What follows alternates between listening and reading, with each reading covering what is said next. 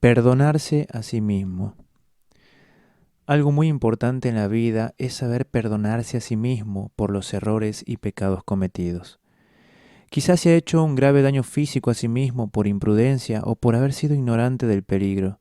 Quizás se avergüenza de no haber sabido contestar en cierta ocasión a quien le insultaba o le dejaba en ridículo, o por haberse dejado engañar y estafar y haber perdido mucho dinero, o por haber cometido excesos y abusos de los que ahora se avergüenza.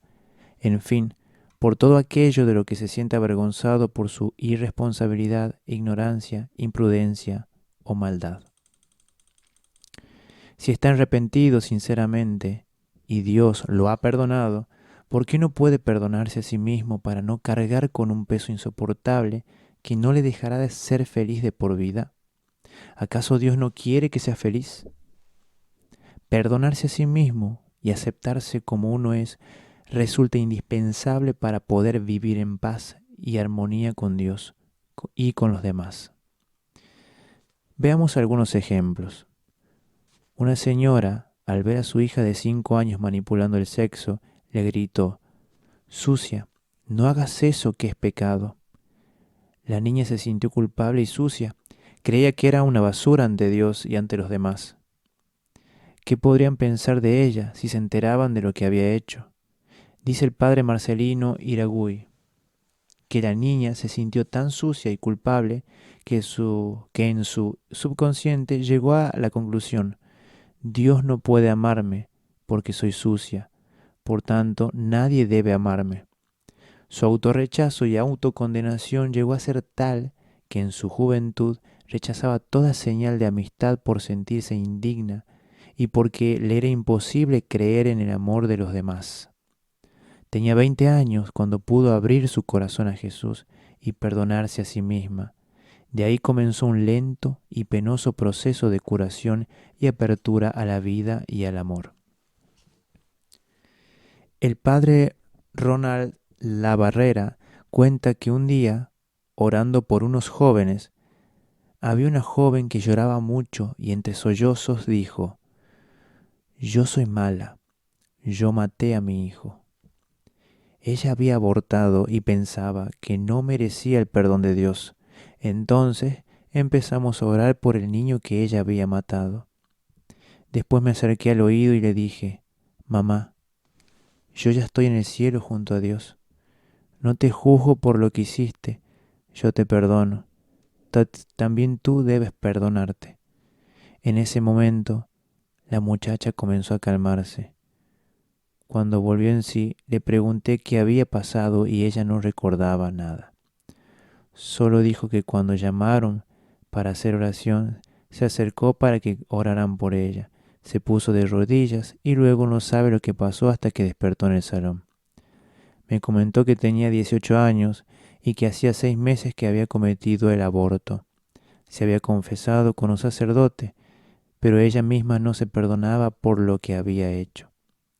Era esa angustia la que la tenía oprimida. Pero después de la oración, ella sintió una gran paz en su corazón al saberse perdonada por el niño y por Dios.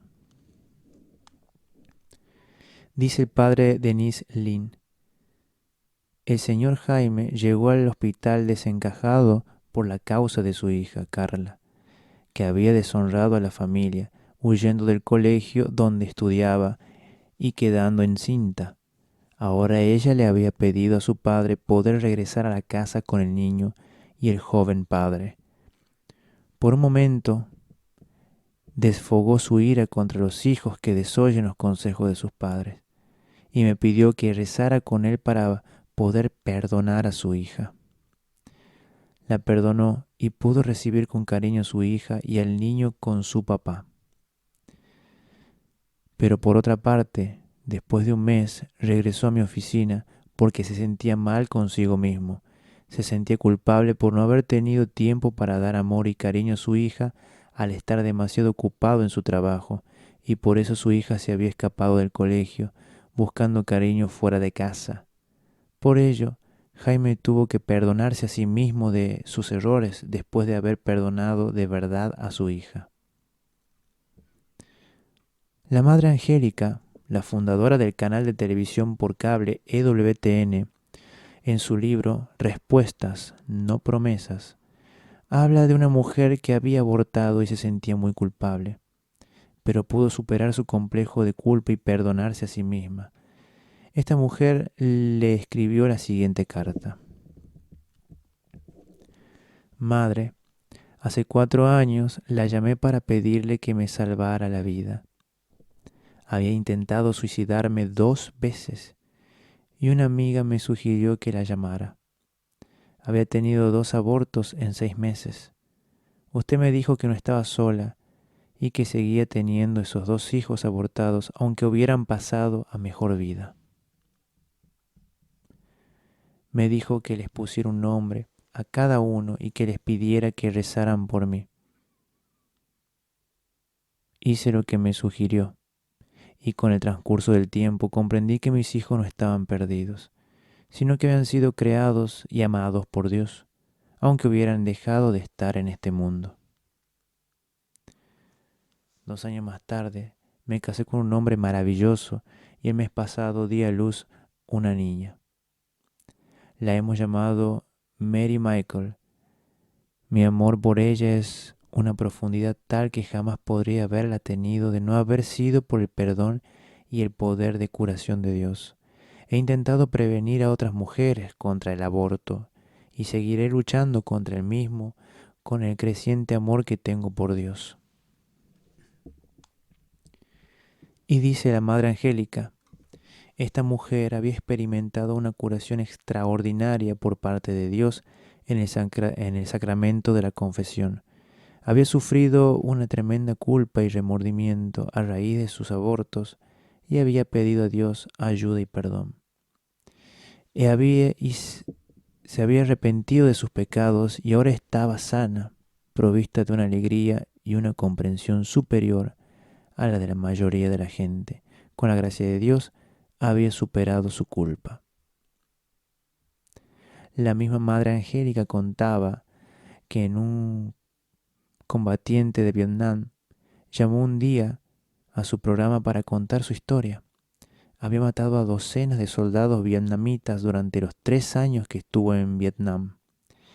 Una vez había mirado fijamente los ojos de un joven vietnamita mientras le disparaba a corta distancia, y a pesar de haber pasado más de 10 años, aquel rostro todavía lo atormentaba, y decía, me he confesado y sé que teóricamente Dios me ha perdonado, pero el perdón de Dios me parece abstracto y lejano. Con franqueza, no creo que Dios pueda perdonar una cosa tan horrible.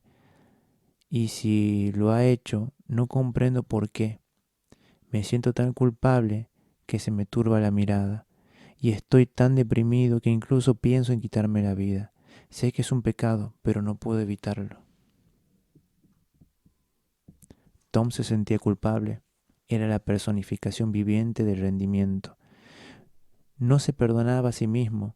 En su interior vivía una vida de oscuras emociones y la depresión junto con tendencias al suicidio se apoderaban de su alma.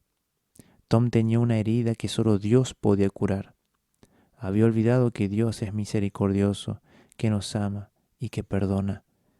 Tom había olvidado que Dios es superior a nuestras culpas. No podía comprender que la misericordia de Dios fuera superior a nuestros pecados. Le aconsejé que cada vez que recordara las escenas de Vietnam, pidiera perdón a Dios de todas las atrocidades que se cometen en el mundo. Y Tom pudo confiar en Dios y sentir que Dios lo había perdonado y así perdonarse a sí mismo para poder vivir en paz. Una mujer le contaba al padre Roberto de Grandis, mi madre tuvo 3 abortos después de que nací. Continuamente se me recordaba que yo también debía haber sido abortada, pero algo no resultó como habían planeado y yo nací. En nuestra casa había 3 frascos grandes de vidrio llenos de formol y en esta sustancia se encontraban 3 bebés abortados, en distintos niveles de desarrollo. Estaban allí como piezas de exhibición. Cuando me portaba mal, me recordaban rápidamente que yo también podía haber terminado en uno de esos frascos como mis hermanos.